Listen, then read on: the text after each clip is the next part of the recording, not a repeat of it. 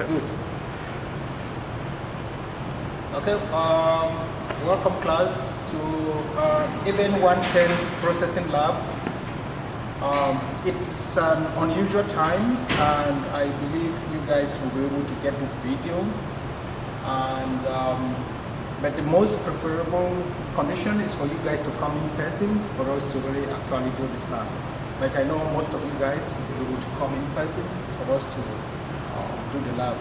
So what you guys must have been doing with Dr. Lin during this time is to see the effect of moisture content in processing.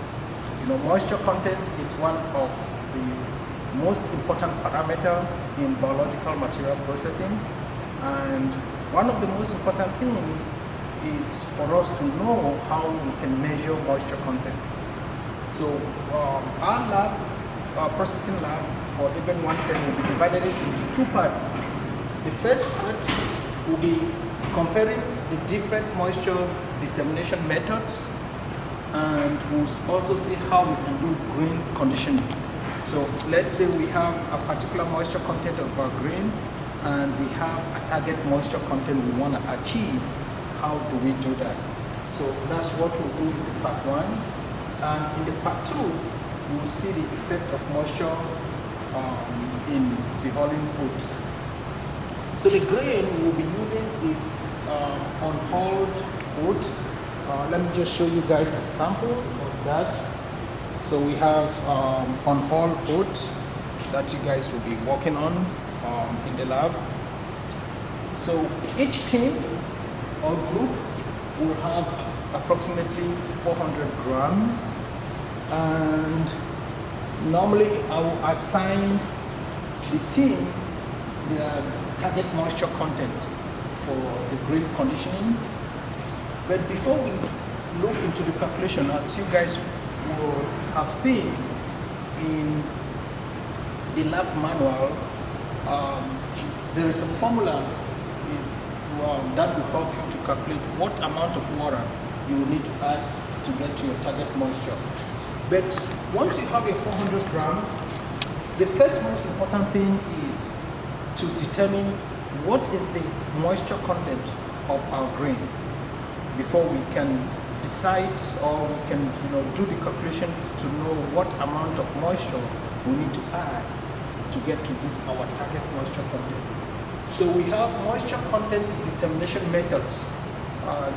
In this lab, the lab today, we'll be looking at three different methods. The oven drying method, which is more like a standard conventional method.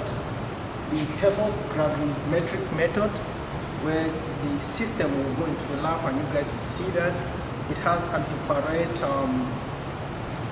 bulb that hits the sample, and as the weight keeps changing because it loses moisture, it calculates the amount of moisture at the end. It calculates the amount of moisture that it has lost through that heating.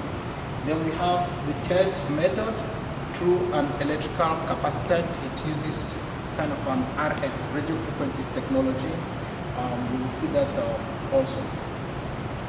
Then once we've measured, we've taken our oat and we've measured moisture content using these three different methods, we'll then do grain conditioning. So we'll have our 400 grams of oat. You look into your lab guide. There is a formula that will help you to calculate the moisture content. Let's say our moisture content of our grain is around 10%, and you have a team that needs to target maybe 13%. So you will need to add what amount of water, the given amount of water that will get to 13%. So that is what you guys will do for week one or the part one. Then the seeds, you guys will keep that, the conditioned seeds, you guys will keep that in the oven. And once you guys keep that in the oven, the following week would bring out our seeds from the oven. We'll measure the moisture content again of our conditioned seeds. So hopefully you guys will add the right amount of water, condition it, so that once you guys measure the moisture content again, we are hoping that you guys will get into the target moisture level. Then you guys will weigh approximately 250 grams. So from your 400 grams, you weigh approximately 250 grams. Then we'll take that to our impact corner that we'll see in a video. Then at the end, we'll need to separate the oil that comes out from it. Some of it will go through the dehuller without being, dehulled. Then we'll look at the seed or the ground,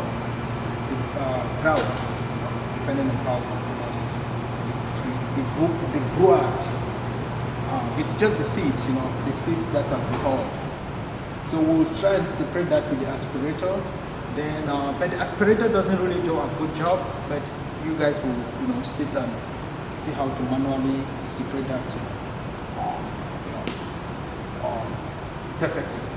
Then once you guys do that, you will need to, each table will be able to fill out this table. I hope at the end of the lab, I might, this is one of the tables that we'll share with the entire group, where the teams will put their actual moisture content, which will be close to your target, the on-hauled weight, which will be approximately this. But since it's approximately, so if you measured 252.5, you need to put in 252.5. Then what is the amount of hull after separation? What you measure that, the amount of seed, the grout, and after processing, the seeds that were not hulled, you can still calculate that. Then what is the amount of loss? The loss will be, if you add these three, if you don't have any loss, if you add the hull, the grout, and the unhulled, this total is supposed to give your initial. But if you don't have, if your total doesn't equate to your initial unhulled load, then that will be the amount of loss, maybe through processing. Then you guys will calculate the percent grout. I think then at the end, the guide shows what is necessary for the report, what you guys will follow. But this will be shared to all of the teams. So thank you for now, and the next video we'll make will go to see how we can do the oven drying method and the different moistures. So with the video, we might not have like a one stretch of video because we're moving around the pilot plant. In Preston, if you can just show the pilot plant. So this is the pilot plant. So we have a couple of equipment like the dehuller is right over there. So it takes time to move around. So we're making just short videos that you guys will look through. So see you in the next video. Thanks.